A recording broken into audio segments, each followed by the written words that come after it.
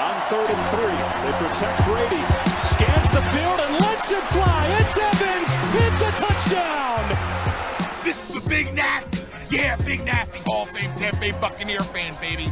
This is Mike Allstott, Tampa Bay Buccaneers, and you're listening to the Cannon Fire Podcast. Cannon Fire Podcast, brother. You ain't listening, and you're missing out. Woo! And there the cannons go. Fire them. Keep on firing them. Keep on firing them. Good morning, good afternoon, or good evening whenever you're listening to us. Welcome back to a brand new edition of the Cannon Fire Podcast. I am your host, as always, Rhett Matthew, joined alongside me, my good buddy and co-host, the Philly Bucks fan himself from Mr. Bucks Nation. Oh, Jesus Christ. I just realized what you said. Oh, man. We can never get a seamless start to this. I don't know if I'm ever going to get used to it at this point. You've been with Bucks Nation for a while, and I still just almost every time I have to physically stop myself from saying it. From BucksNation.com, ladies and gentlemen, Evan Wanish. This is the Cannon Fire Podcast. Happy Saturday to you, man. How you doing? Doing quite well. Yeah, it's been an eventful couple of days since we last recorded a show, but we went live on Instagram shortly at minutes after the news broke that Julio Jones was joining the Bucks. So if you guys haven't checked out our literally pretty much raw reaction to it, that's over on the YouTube channel as well. So you can listen to that and see our beautiful faces, but in an Instagram live form. So instead of just the podcast form. So we wanted to get something out and we were able to do that. But since then, there's been a lot more to discuss as well.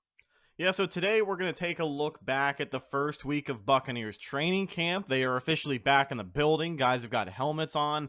Not quite wearing full pads yet, but the fact that they're out there getting some football activity in always gets everybody excited for football season. Fans are packing the stands. And, of course, they got a good look this week at Julio Jones. A lot of applause for him whenever he did literally anything out there.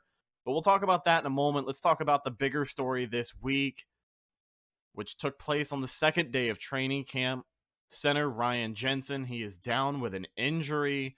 Our buddy, Mr. Bucks Nation, got the video that's been floating around, and I'm not going to get into detail on that because it's a pretty tough watch, especially if you're wearing headphones in the middle of public like I was when I first saw it. I mean, you really got to feel for Ryan Jensen as of right now. We haven't gotten too much of an update.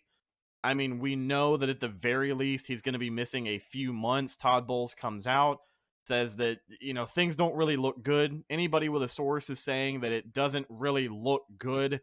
Is there a margin of hope that he can be back ahead of schedule? Probably, because, I mean, let's face it, Ryan Jensen is one of those guys that during his time in Tampa Bay, he has been so good at avoiding serious injury that it would not shock me whatsoever if he does it again right here. But I don't get that feeling as much this time. I mean, Ryan Jensen said it himself. He's more pissed than anybody.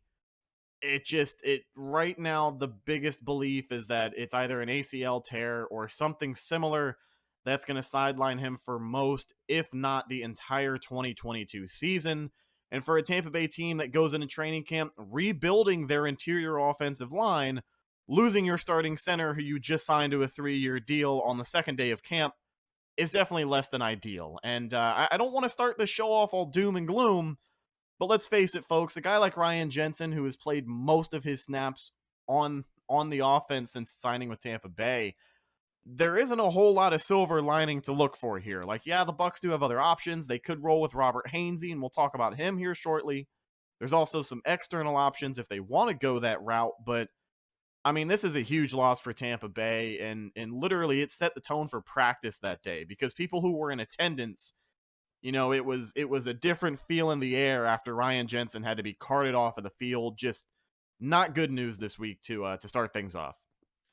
No, and just looking from a long-term perspective as well. You mentioned they just signed him to a 3-year deal.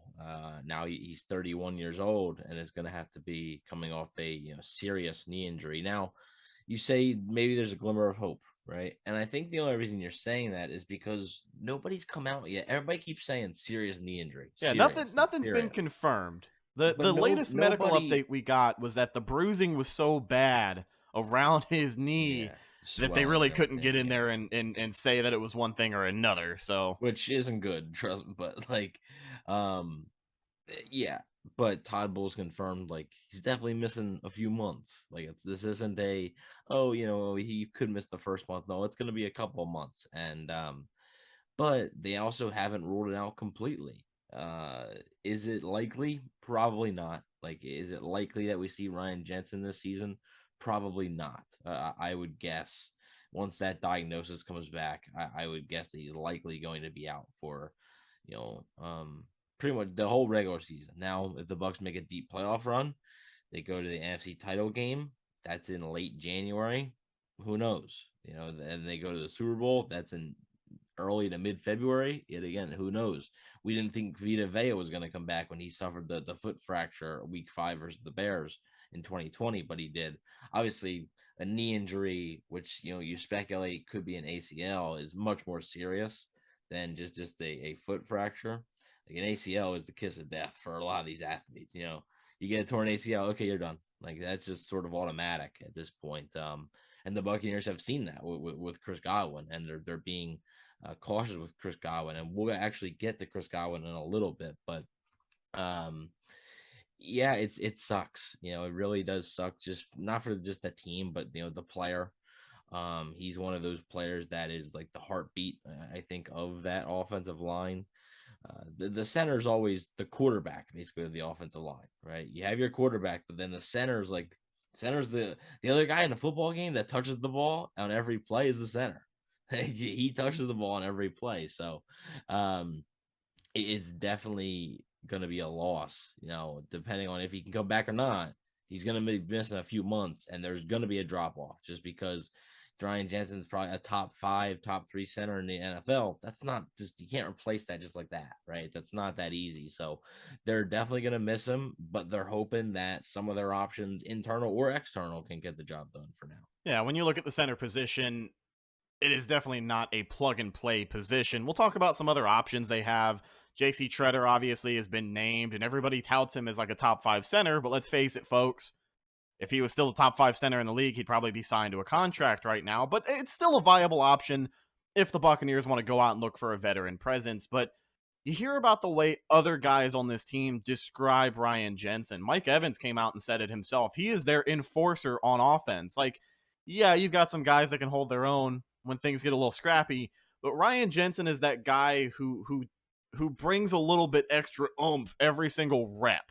And after a while, we've seen it pay off, whether in the Bucs' favor or against the Bucs' favor. Some people say that, like, yeah, well, he gets unnecessary flags every now and again, but if memory serves correct, he hasn't done that. He only got like 1 flag all of last season, I think, for doing exactly what he does. His first season, it was frustrating. His first season, it was a problem. But then ever since then, he's really mastered the craft of getting under guys' skin, but not doing too much. It's almost like having Tom Brady as your quarterback maybe lets you get away with a little bit. I don't know. I didn't say that.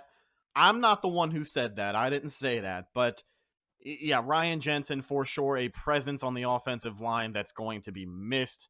It's going to be tough to fill that hole. But let's take a look at some other guys who could step up, because I know we mentioned JC Treader very briefly. People know his resume. You kind of know what he's capable of at this point in his career. But Robert Hainsey, all right? I mean, we talked about this guy actually quite a bit on the last podcast, and we were talking about training camp battles and maybe how he could be the odd man out. And it seems like right now he's pretty much your best bet for starting center week 1. Robert Hainsey, there's a lot of people high on him. You told me that the Buccaneers are pretty high on this guy. AQ Shipley came out, gave some quotes to the media talking about how much progress he saw from him, because those two trained together, former Buccaneers and Cardinals offensive linemen. And I think AQ still on the Bucs coaching staff in some capacity. A lot of people have some good things to say about Robert Hainsey this time of year. And for the big offensive lineman out of Notre Dame, I mean, it puts more expectations on, but next man up, hopefully he can, show us what he's made of this camp and preseason, because the magnifying glass just got a lot closer. Yeah, and all indications for the people hoping for a JC Tretter signing today or tomorrow, all indications are that the Bucs are probably going to give Robert Hainsey at least a shot, at least a few practices, maybe a preseason game to see how it goes. And then they'll determine whether they need to make an addition or not. JC Tretter, it's like you said, he has been a really good center. I think I would argue the last like 3-4 years he's been a top 5 center, but it's July 30th. Like there's a reason that you're still available on July 30th. Maybe that's personal. Maybe he decided not to sign with somebody.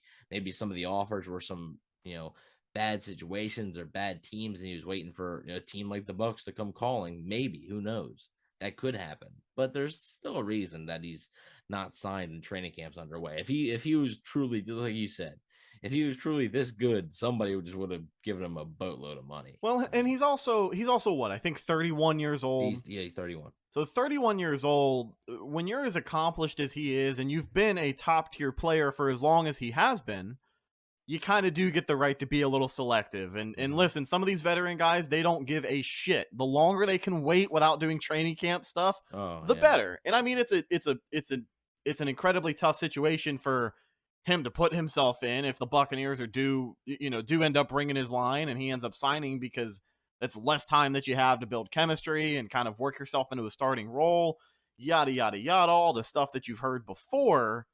But I mean, he could just sit around and wait till training camp is over if he really wanted to. Would he be starting at that point? I doubt it, but I don't know. I think one thing that we do want to stress, though, before we move on from this conversation is that if the Bucs are looking to add a veteran presence at the center position in particular, they've got some time. Like, it's not a move that they're going to have to make before the end of next week. But once these preseason games start rolling around, maybe, if they don't make a signing by them, I have to believe that they have just as much faith in Robert Hainsey and anyone else who's backing him up to go out there and get the job done. Yeah. Nick Leverett's another guy who they're going to give a look to. You could see him if they don't make an addition.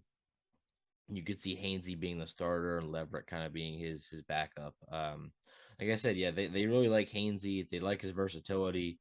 He never played center at Notre Dame, but they saw him at the Senior Bowl, I believe, playing center. And that's what they drafted him to be, Ryan Jensen's replacement. So if you want to look for any sort of positive, both Jensen and Hainsey's contracts are up at the same time now. Okay, both their contracts are up at the same time. So the Buccaneers could have a sneak peek at what Hainsey could be already from this season. So when it comes time to decide, okay, do you want to resign and 34, 35-year-old center and Ryan Jensen, or do you want to pay the younger guy?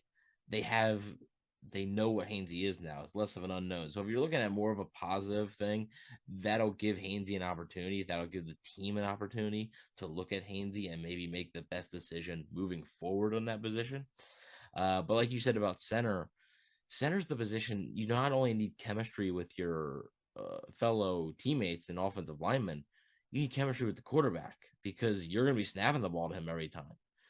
What if Tom Brady doesn't like it a certain way, but you keep doing it a certain way? You're going to have to adjust that. The cadence and the snap count, all that. It's different when you're up with the first stringers. It's different. So they do like Hainsey. Now this is just me speaking personally. I would give Hainsey a shot. I would give him a legit shot, but I wouldn't have a long leash. I would have a pretty short leash, because you just signed Julio Jones. You signed Kyle Rudolph. Like, you're looking to win this year. So if you don't feel 100% comfortable going into week 1 with Robert Hainsey as your starter, you can't have him out there then. You gotta go get a guy like JC Tretter. And I'm not saying that's what they will do, but personally, that's what I'd do. I would give him the week. I'd give him a preseason game, see how he does. If you feel comfortable after that, okay, then you don't need to spend more resources on a position you thought was already done, right? Because you didn't expect to have to go out and get a center. So, now maybe do you have to make that sacrifice? We talked about a veteran edge rusher. Now maybe do they pass on the veteran edge rusher because they need a center? That's like part of the sacrifice there. So I would give Robert Hainsey a legit shot, but I also wouldn't say like, oh, the job's yours, because this season is too important.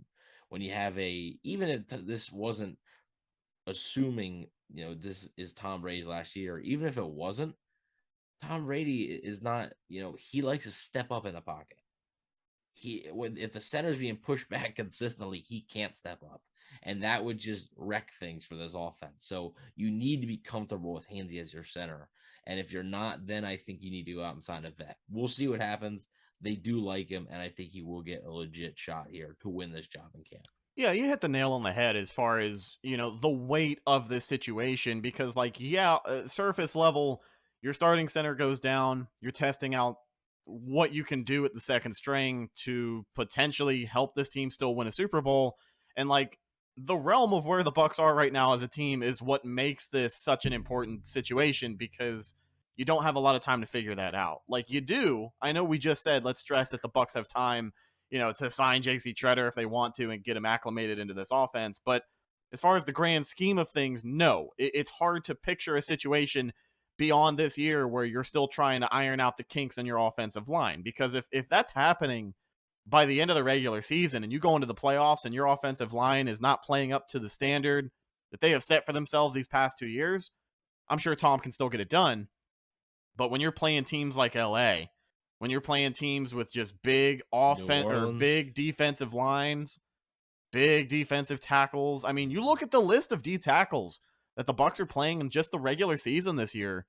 It's going to be tough for Robert Hainsey. It's going to be trial by fire, but that's what the NFL is made of, right? I mean, you get an opportunity, you go out there, you do your job, and that's how you make it in this league. But right, let's go ahead and transition over to some more real quick. Yeah, go ahead. I want to throw out two more free agent names.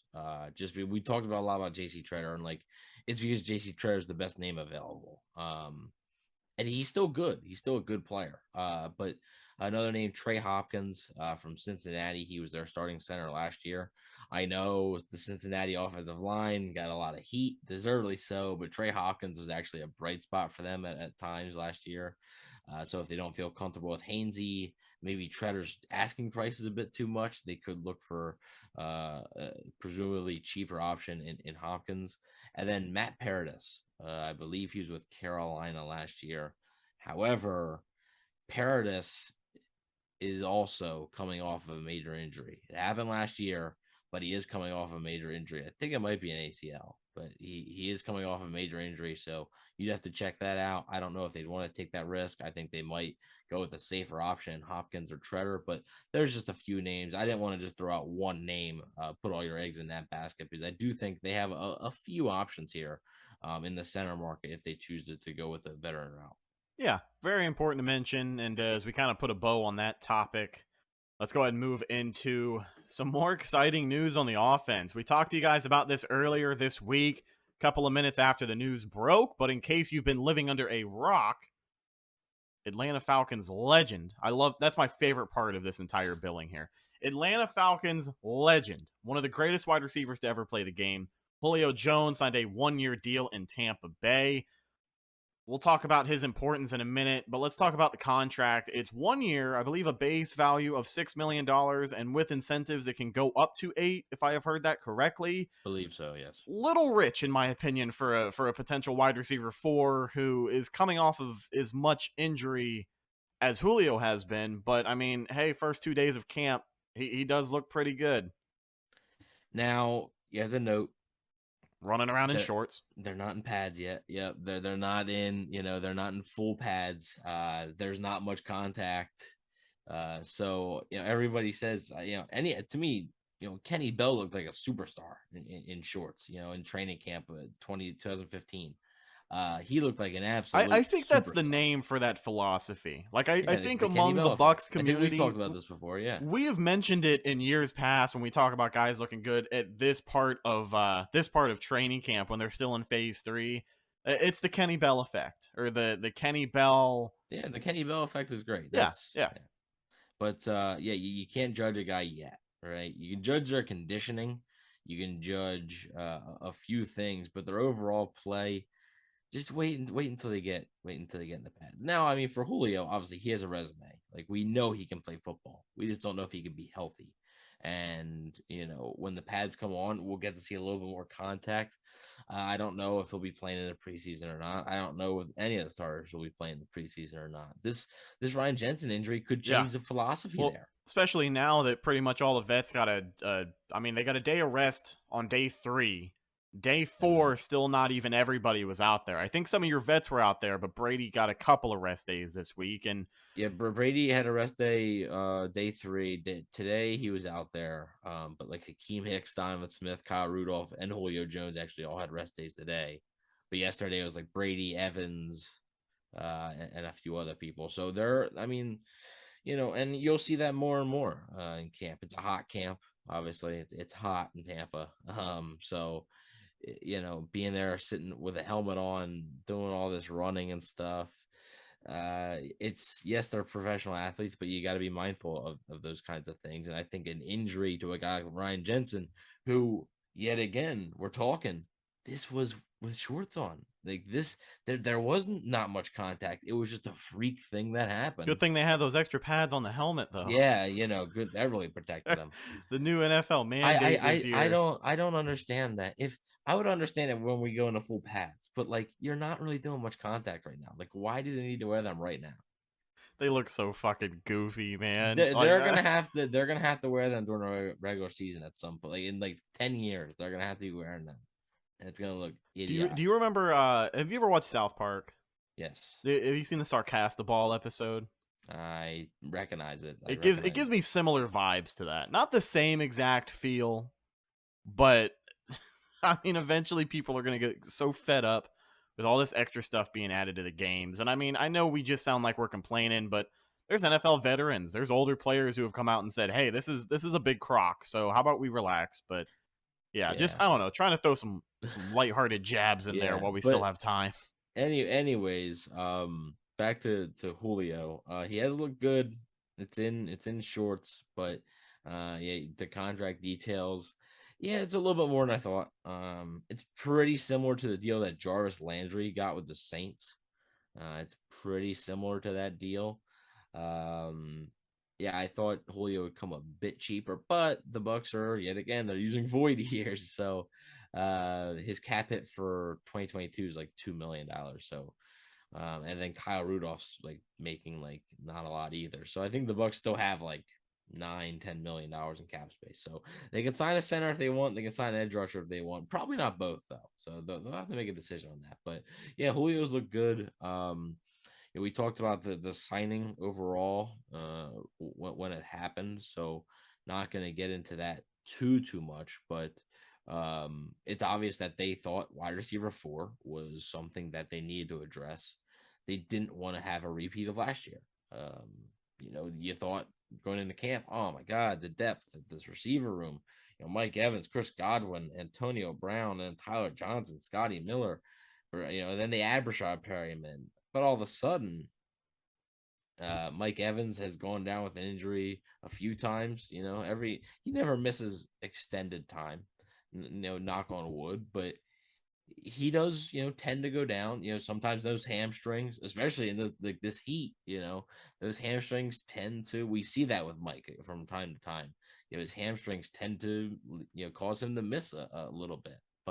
And then Chris Godwin gets injured. And then Antonio Brown gets released, and all of a sudden, your great wide receiver depth is looking very bad, not even average. It's bad, and you're trying to win a playoff game against the Los Angeles Rams with basically Rashad Perryman as your wide receiver 2. It's not gonna work. The same Rashad Perryman, just while we're tossing out training camp updates, who caught an absolute bomb of a touchdown from Tom Brady. I think that was play of the week. We've been getting some highlights of what they're able to do out there. And if you want to see the definitive video for this time of year to make sure that Tom's arm still works headed into year 23, go ahead and check this one out. I mean, it's just a 35, 40-yard lob over everybody's head to a full-speed Rashad Perryman. It was a thing of beauty. But yes, I do agree with you as far as the wide receiver depth goes. And I think adding a guy like Julio, even though he is older, he's proven in this league. It's Julio Jones. Even at 33 years old, there's still a lot of people that are going to want him on their team.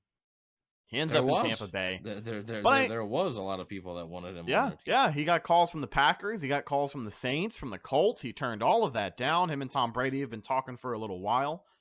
But I think, honestly, what this move shows is the Bucs don't have a ton of faith in guys like Scotty Miller, Jalen Darden maybe could be wrapped into that umbrella. Even maybe Tyler Johnson. Yeah. I don't think the Bucs have too much faith in those guys developing far beyond what they are right now, which as of last year just wasn't enough. Yeah. Yeah, I definitely agree. Miller has flashed.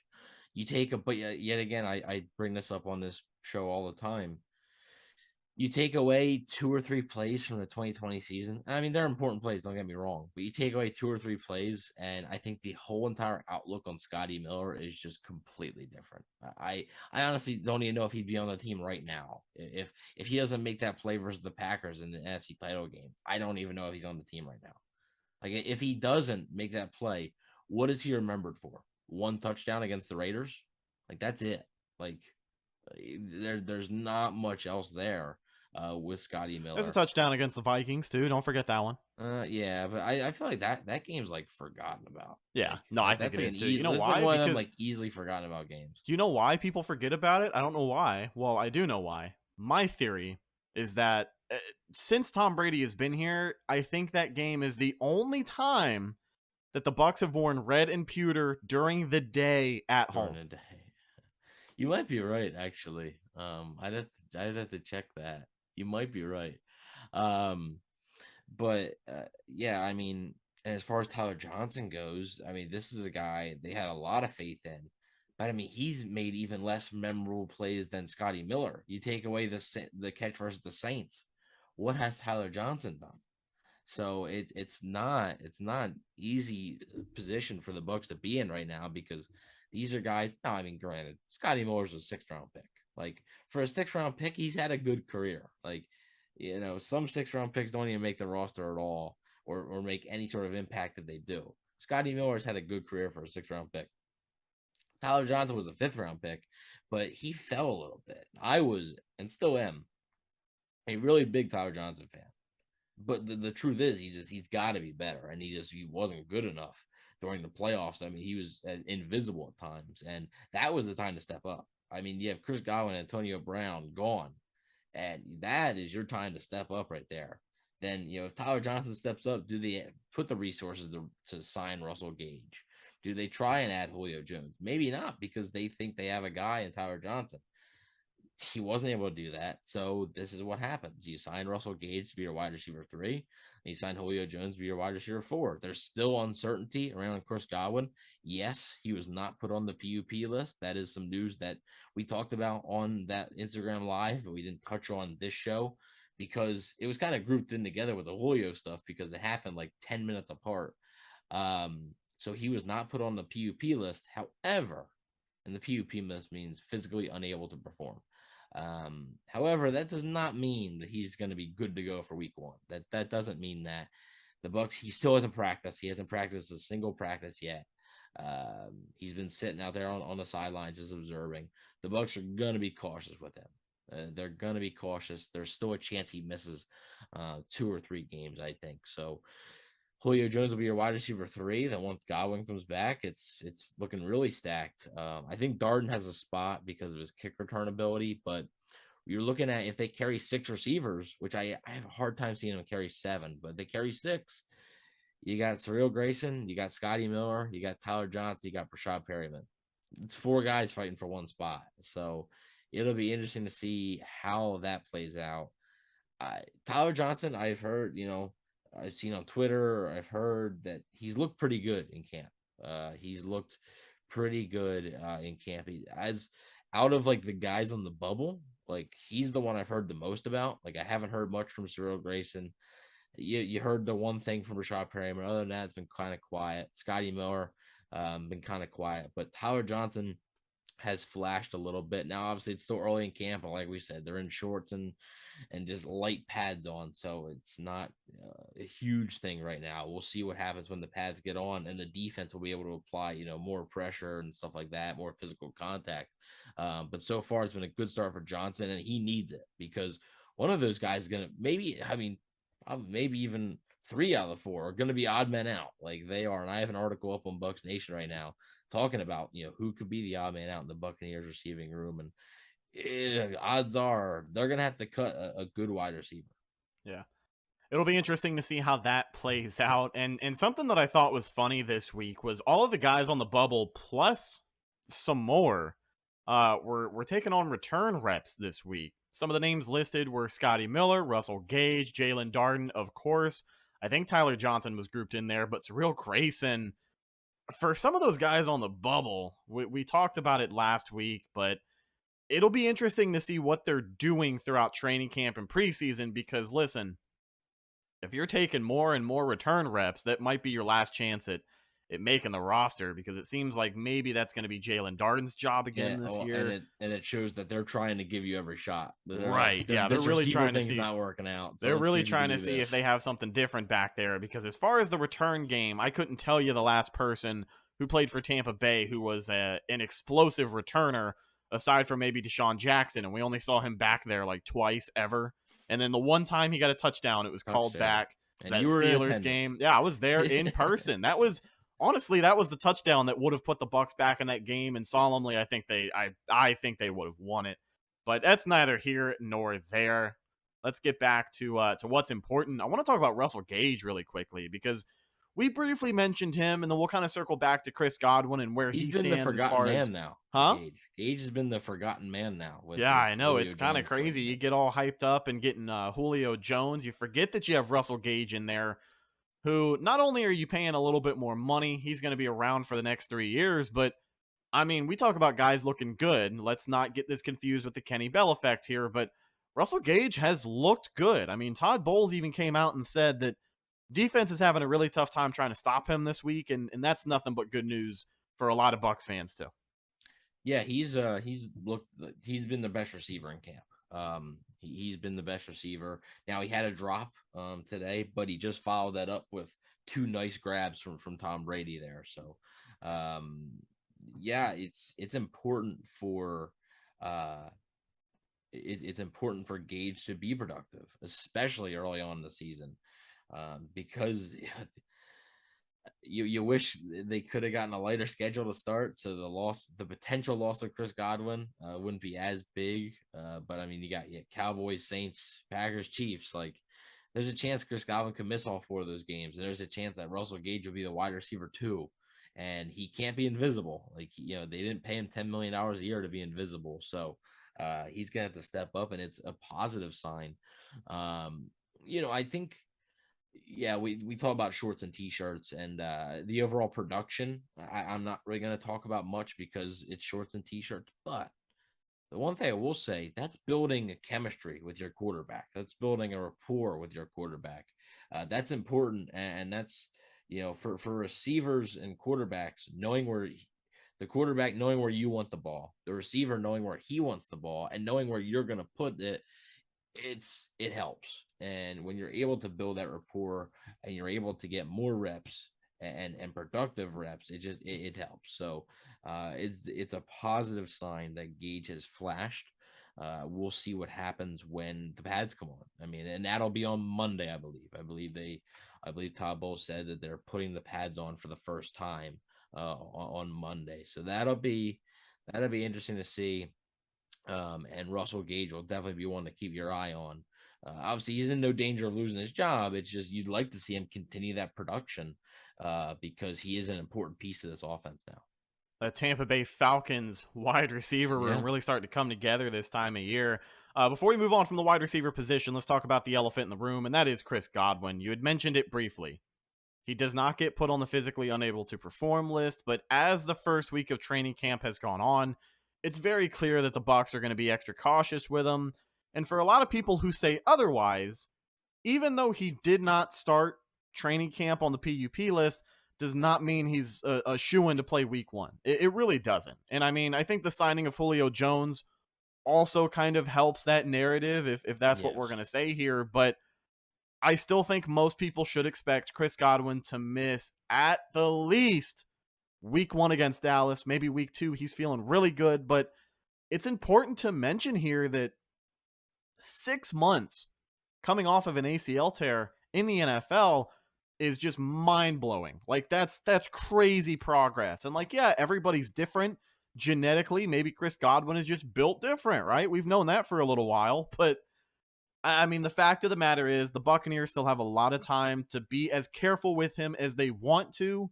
And I think a lot of people should expect him to maybe not be out there the first week or even the first 2 weeks of the season, because it seemed like a foregone conclusion to a lot of people he was going to play once the Bucs announced that he was going to be active and cleared for training camp activity. And it's kind of one of those things where context is important. And this is that extra context I wanted to just kind of toss out there.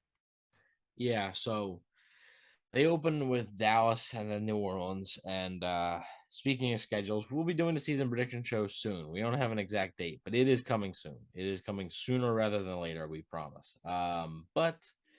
And the reason we don't do it right away is because injuries like the Ryan Jensen one can affect some things. So that's why we just don't go out, and as soon as the schedule drops, that's why we don't do it. Bucs are going 8-9 this year. Well, Stop it. Stop it. You're the one who said it, not me. So the Bucs have, after the 2 straight road games, the Bucs have 3 straight home games. I would bet pretty good money that Godwin plays in one of those 3. I think that's I still don't know about week 3 versus Green Bay, but I think you're looking at, now this is just speculation on my part. I don't know. I'm not a doctor. I'm not the Bucs team doctor. I'm not Chris Godwin.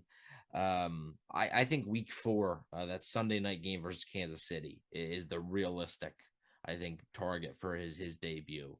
I think that's being cautious enough. That's October 2nd. So I believe he injured he got the injury on December 14th, I think it was, 2021. So right now it's July 30th. So it's just over, 7 months. So August 30th would be 8 months.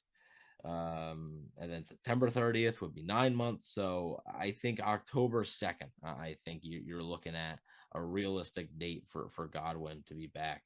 If not then I would expect him to be back very quickly. I don't think this is going to be something that will affect him too much, because the one positive about him, I know we've been talking about, he went on PUP, but that doesn't, I mean, he didn't go on PUP, but that doesn't mean he's going to play. The fact that he didn't go on the PUP list means that he's going to play sooner rather than later. That's, if he would have gone on there, then maybe, maybe he is going to miss, maybe he will be back week 8, week 9 instead of week 4, week 3. There's a big difference there. So it's a positive that he didn't go on, but it's just pump the brakes a little on expecting this guy to be back in Dallas. Like, it's just, I don't think that's realistic.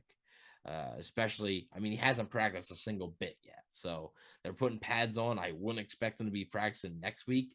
Maybe the week after that, they have him do something. I obviously definitely not going to play in any of the preseason games. So they're going to want to get his conditioning up, I'm sure. So I think you're a little ways away from Godwin being available for the team, but still is a positive sign that they didn't have to put him on the PUP list.